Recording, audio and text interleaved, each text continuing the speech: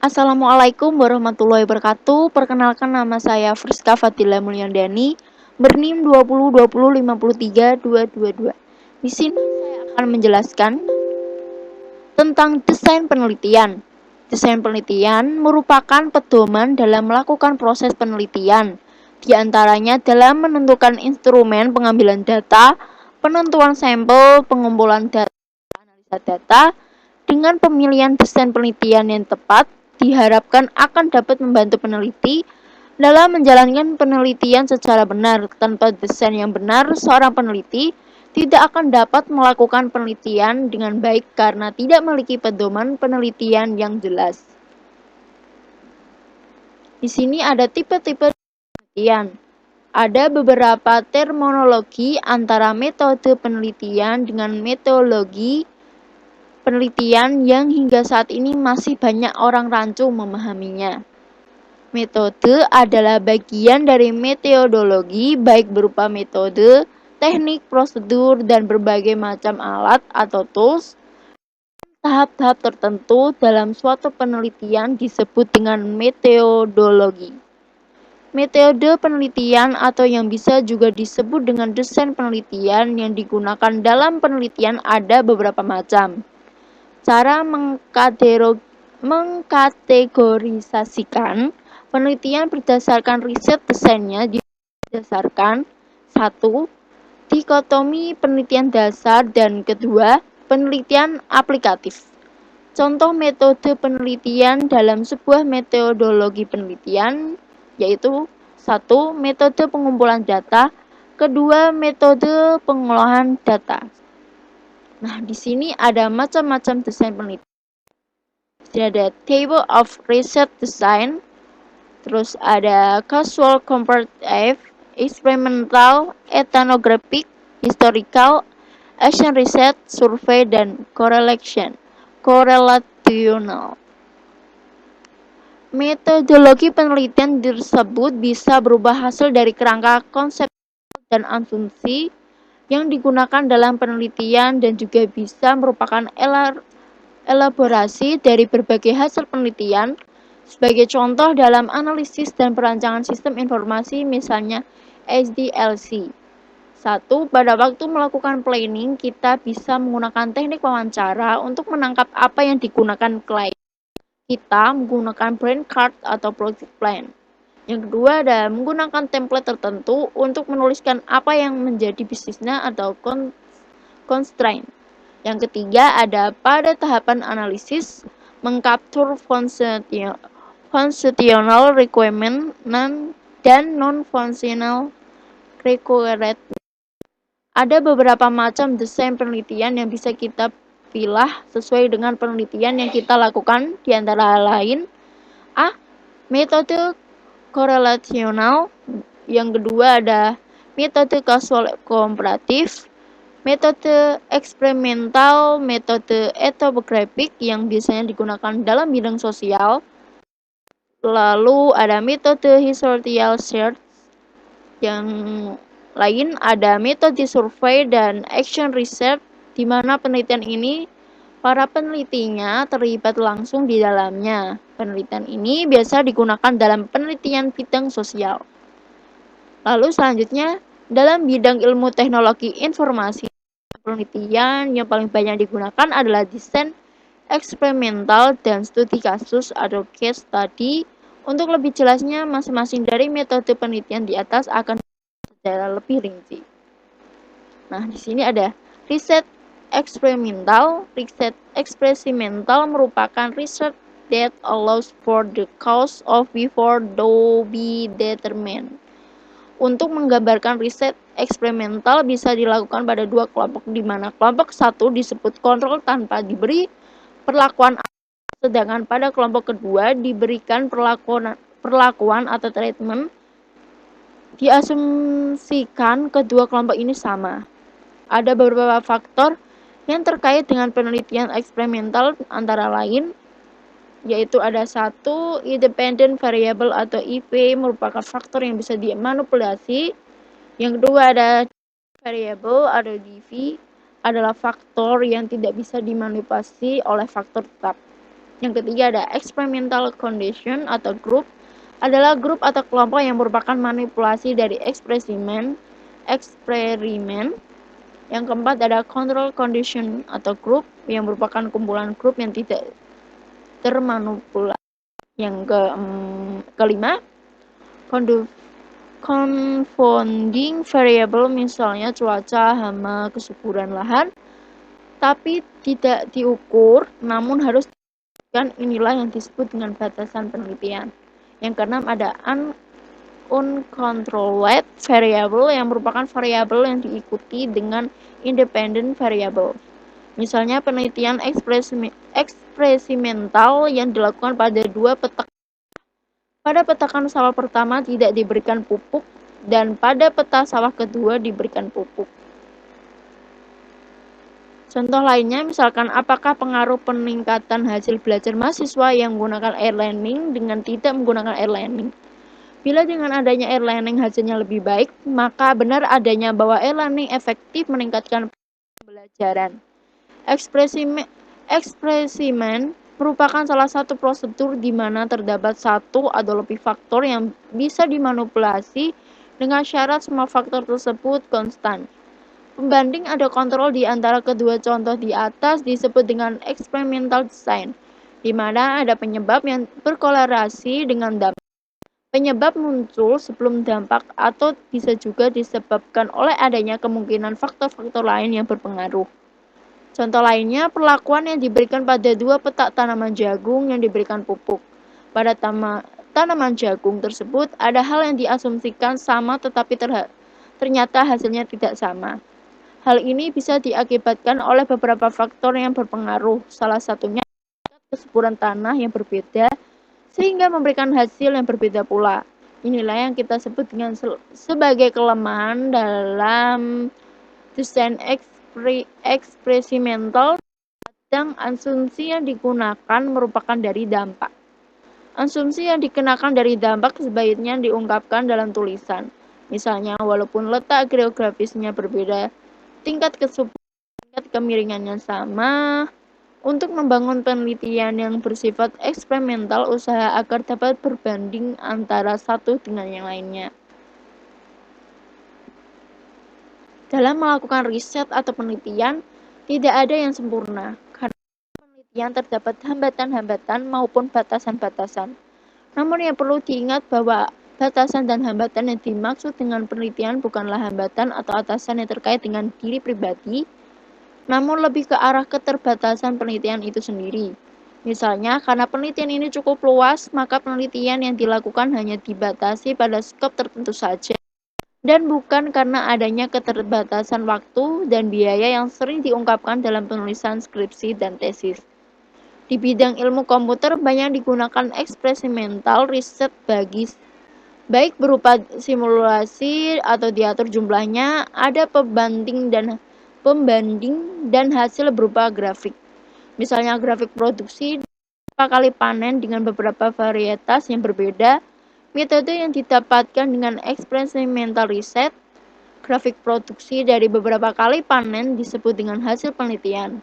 Metode dengan mendapatkan ini disebut dengan metode eksperimental, sedangkan pada penelitian di bidang teknologi informasi juga sering digunakan penelitian eksperimental baik berupa case study maupun penelitian survei.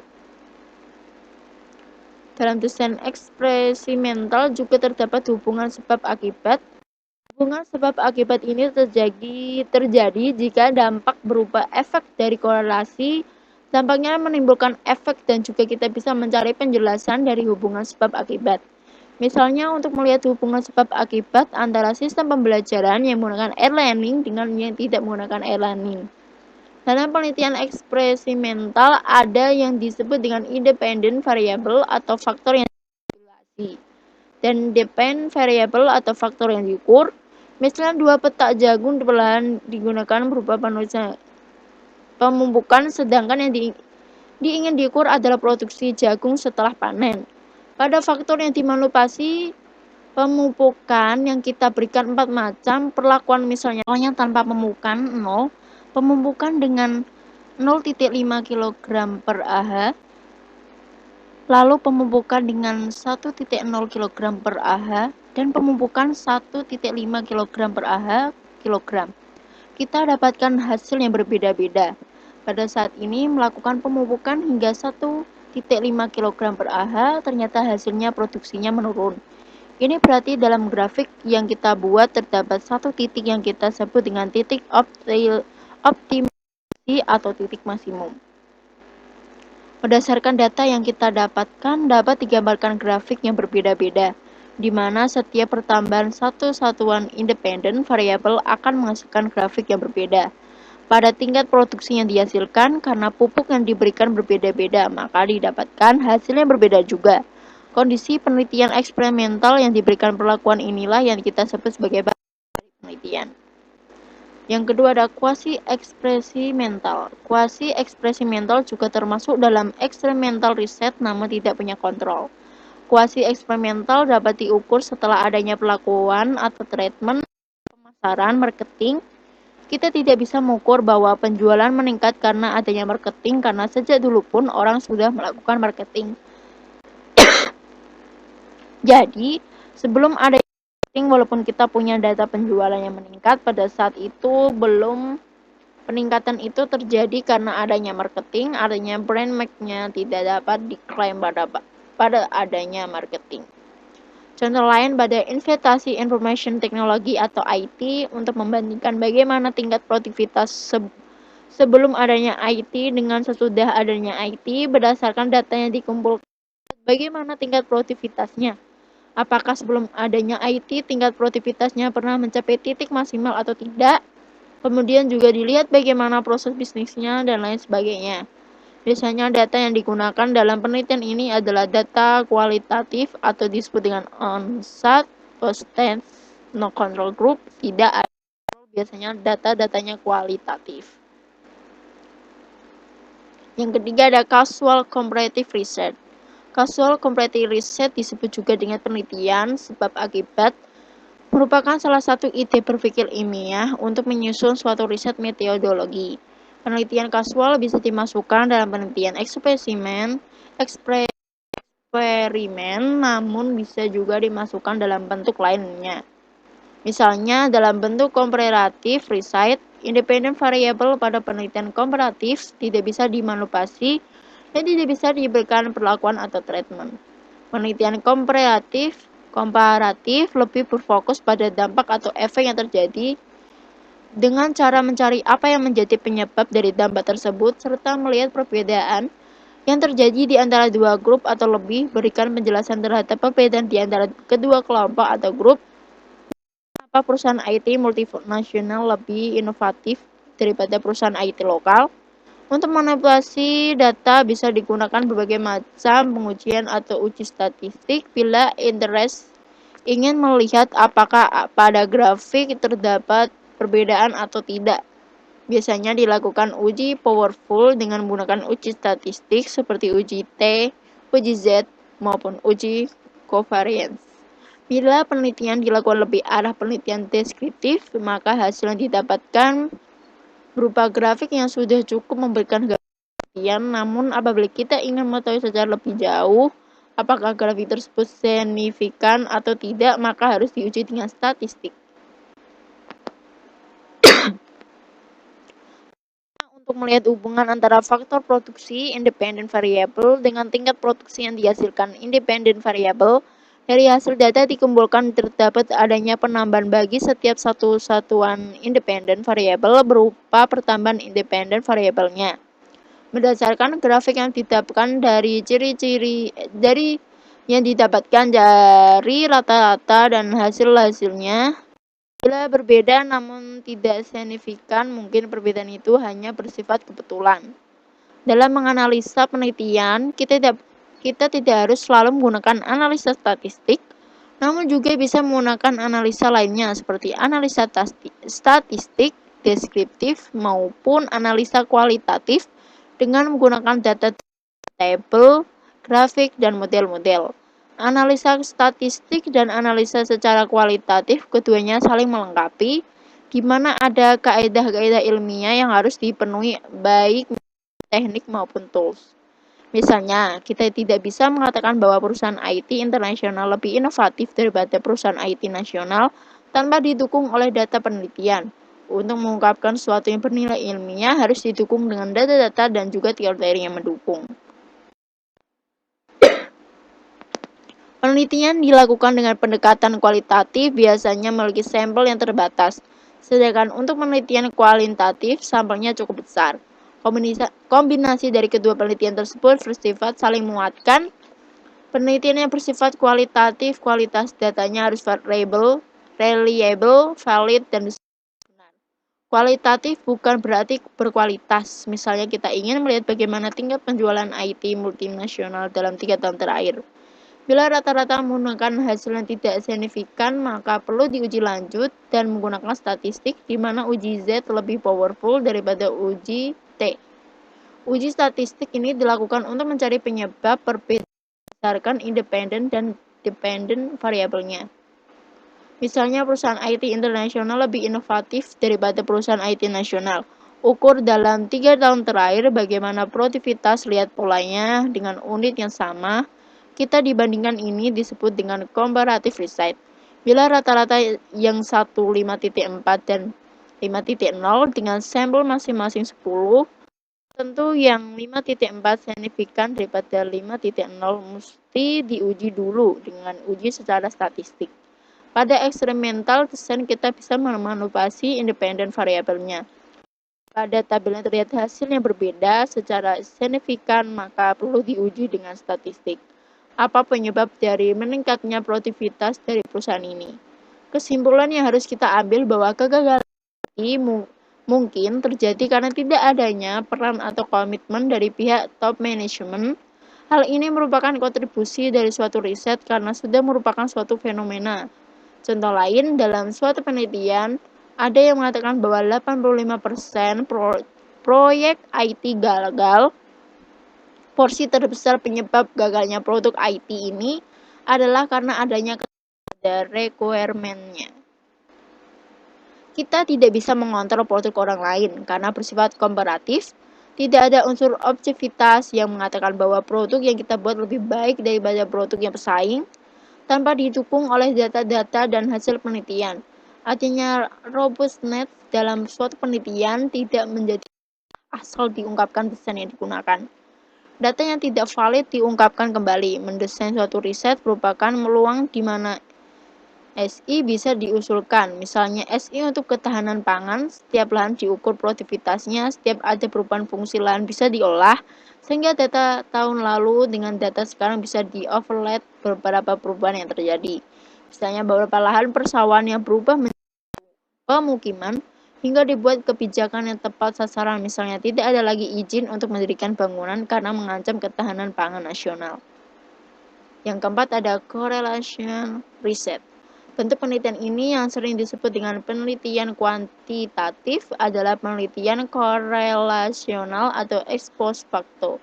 Penelitian ini dilakukan untuk melihat hubungan antara dua variabel. Korelasi menjamin adanya causality atau hubungan sebab akibat, tetapi causality menjamin adanya korelasi. Misalnya tingkat pertumbuhan bayi di Jakarta dengan tingkah curah hujan di Bogor. Semakin tinggi curah hujan, semakin tinggi tingkat kelahiran bayi. Lihat korelasinya bermakna tidak. Korelasi bisa diinterpretasikan walaupun geografisnya jauh. Kita harus kritis waktu melihat korelasi bermakna atau tidak, bila maka korelasi tersebut akan gugur. Contoh lainnya, kita ingin melihat tingkat gross national product atau GNP suatu negara dengan adanya keterlibatan IT, maka hipotesis yang dibuat adalah dasar pembelajaran IT suatu negara semakin tinggi GNP-nya. Hipotesis tersebut bisa benar atau tidak juga tidak. Untuk itu maka perlu dikaji apakah benar strategi bisnis tertentu di negara tersebut dengan peran, walaupun mungkin ada faktor-faktor lain yang tidak bisa kita amati. Korelasi menghitung derajat keterhitungan antara dua atau lebih variabel. Bila kita melakukan korelasi, maka kita melakukan forecasting atau perlamalan. Misalnya ada hubungan antara IT investment dengan peningkatnya kinerja suatu perusahaan, apakah hubungan tersebut bersifat causality, maka harus dikaji dan diteliti lagi oleh faktor apa saja yang berperan di dalamnya. Selain korelasi dan causality, juga perlu dibedakan antara asumsi dengan simulasi. Asumsi merupakan suatu yang take it for granted. Contoh, dua petak sawah diasumsikan tingkat kesuburannya yang sama, intensitas penerimaan cahaya materinya yang sama, kemiringan ketinggiannya dari permukaan lautnya yang juga sama. Contoh lain, simulasi untuk mengukur recall dan progression. Recall tidak bisa diukur bila kita mencari suatu artikel di Google, maka dalam penerapan asumsi kita tidak akan tahu berapa jumlah dokumen relevan yang untuk diambil. Untuk itu, maka kita perlu diasumsikan bahwa untuk mengukur pression, maka jumlah dokumen yang relevan diambil dan jumlah dokumen yang terambil. Recall ada beberapa jumlah dokumen yang relevan tapi tidak diambil, maka disimulasi untuk menggambarkan presesinya. Asumsi bukan tidak bisa diterima. Bukan angka asumsinya dipakai, cara kategorikal interval yang telah dibuat orang lain. Cari referensinya, bangun argumen, cari referensi internal yang dibuat oleh orang lain. Misalnya, ada suatu kasus yang mengukur kontaminasi udara dengan suatu alat ukur. Diukur di sel Genser dengan di sel. Data tidak representatif karena data kontaminasi udara yang dilakukan diukur di samping knalpot motor atau mobil, tidak bisa diasumsikan bahwa faktor-faktor lingkungan dianggap tetap. Pembulatan bedanya makin besar kemungkinan adanya kontribusi error dan pembulatan. Masalah teknis asumsi berupa suatu yang teliti, misal normal distribution. Bila menguji IQ harus diuji dulu normalitinya. Ada ketidaknormalan dalam sampel atau populasi, misal ada 10 orang autis akan merusak normality. Tidak pernah diuji normality, namun hanya diasumsikan sampel yang representatif, maka dia menyebar normal. Usia normal diuji dulu, tapi tidak bisa dilakukan bahwa IQ rate 100 atau 120 bila dicacah atau disensus menyebar normal. Dalam korelasi yang tidak ada kontrol satu sama lain, sama aja perannya. Penelitian yang menggunakan teknik korelasional ada penelitian yang menyelidiki hubungan di antara beberapa variabel penelitian. Analisa data yang digunakan adalah analisa statistik dengan menggunakan uji regresi dan korelasi. Sekian, terima kasih dari saya. Apabila ada kesalahan tutur kata yang kurang berkenan, saya mohon maaf. Wassalamualaikum warahmatullahi wabarakatuh.